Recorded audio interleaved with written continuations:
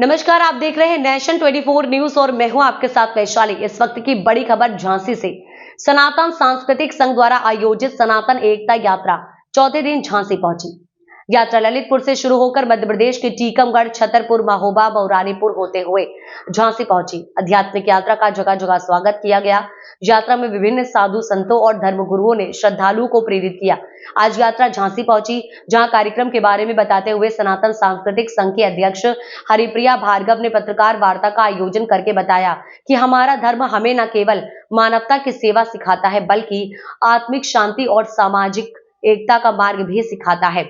आइए हम सभी मिलकर सनातन धर्म की इस परंपरा को आगे बढ़ाएं। उन्होंने बांग्लादेश में हो रहे हिंदुओं पर अत्याचार को लेकर कहा कि ये बंद होना चाहिए। अगर आज हम एकत्र नहीं हुए तो कट्टरपंथी लोग पुनः हमारी संस्कृति व हमारे धर्म के लोगों पर प्रहार करेंगे।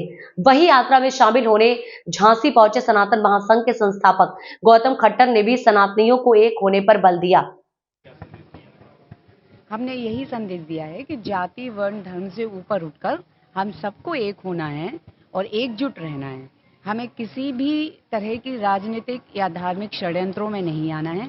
हमें श्रद्धा, शांति और शौर्य, जो सनातन की 3 विशेषताएं हैं, उनको अपनाना है अपने जीवन में। और जाति को अपने मन से एकदम निकाल देना है, मन भेद नहीं रखना है।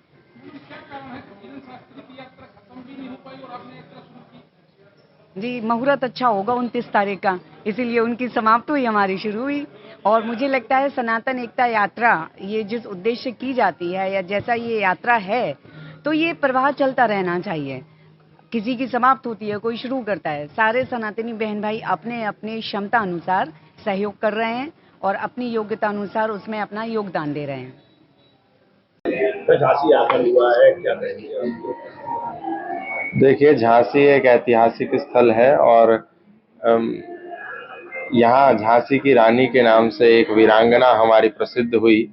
वर्तमान में इस देश में जातिवाद के संदर्भ में पूज्य धीरेन्द्र कृष्ण शास्त्री जी ने भी एक यात्रा निकाली थी और अभी एक यात्रा हरिप्रिया जी ने निकाली है। तो ये जो छोटी छोटी यात्राएं हैं, बड़ी बड़ी यात्राएं हैं, देश के कोने कोने में हो रही हैं, उस यात्रा में झांसी एक ऐतिहासिक स्थल के रूप में विख्यात होगा आने वाले समय में, क्योंकि अभी हाल फिलहाल में 2 यात्रा निकली और दोनों ने झांसी को टच करा है।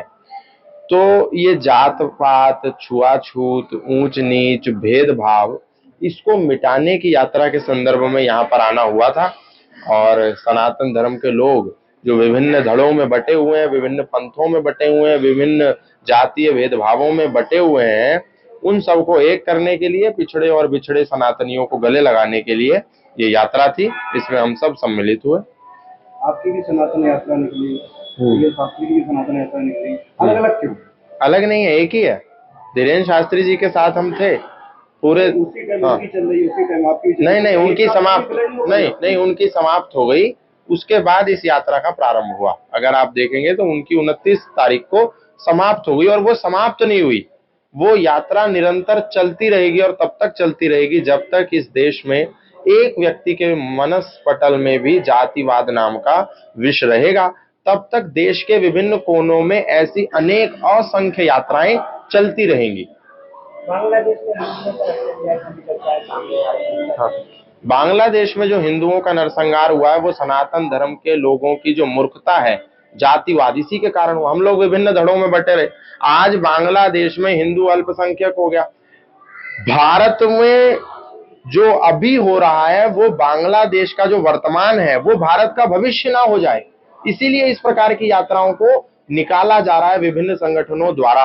और आप बांग्लादेश में देखिए, जो आवाज भारत के संत उठा रहे हैं, वही आवाज बांग्लादेश के चिन्मय प्रभु ने उठाई और उनको जेल में बंद कर दिया। और सबसे बड़ी दुख की बात कि चिन्मय प्रभु का स्वयं का संगठन इस्कॉन, जो स्वयं को international society for Krishna consciousness कहता है, इंटरनेशनल संगठन इस्कॉन चिन्मय प्रभु के सिर पे से हाथ पीछे खींच लेता है और कहता है कि हमारा चिन्मय प्रभु से कोई लेना देना नहीं। ये हम लोगों को क्या हो गया? हम लोग अपना लालच, अपनी ढपली, अपना ढोल बजा रहे हैं। ये मैं समझता हूँ कि बड़ा दुख है हमको। आज चिन्मय प्रभु के साथ खड़ा होना चाहिए देश के हर व्यक्ति को। हम ये कहेंगे कि वो हर संगठन का आदमी है, वो हर सनातनी संगठन का आदमी है जो सनातनी की आवाज उठा रहा है। तो इस्कॉन ने ये अच्छा नहीं करा। मैं उन लोगों को कहूंगा, परमपिता परमात्मा इस्कॉन के लोगों को सद्बुद्धि दे कि वो चिन्मय प्रभु के साथ आकर के खड़ा हो। और मैं भारत के माननीय प्रधानमंत्री जी, गृह मंत्री जी से भी कहूंगा कि इस विषय में हस्तक्षेप करें और चिन्मय प्रभु जी को न्याय दिलाएं, जो सनातनियों की आवाज बनकर के बांग्लादेश में उभर रहे हैं।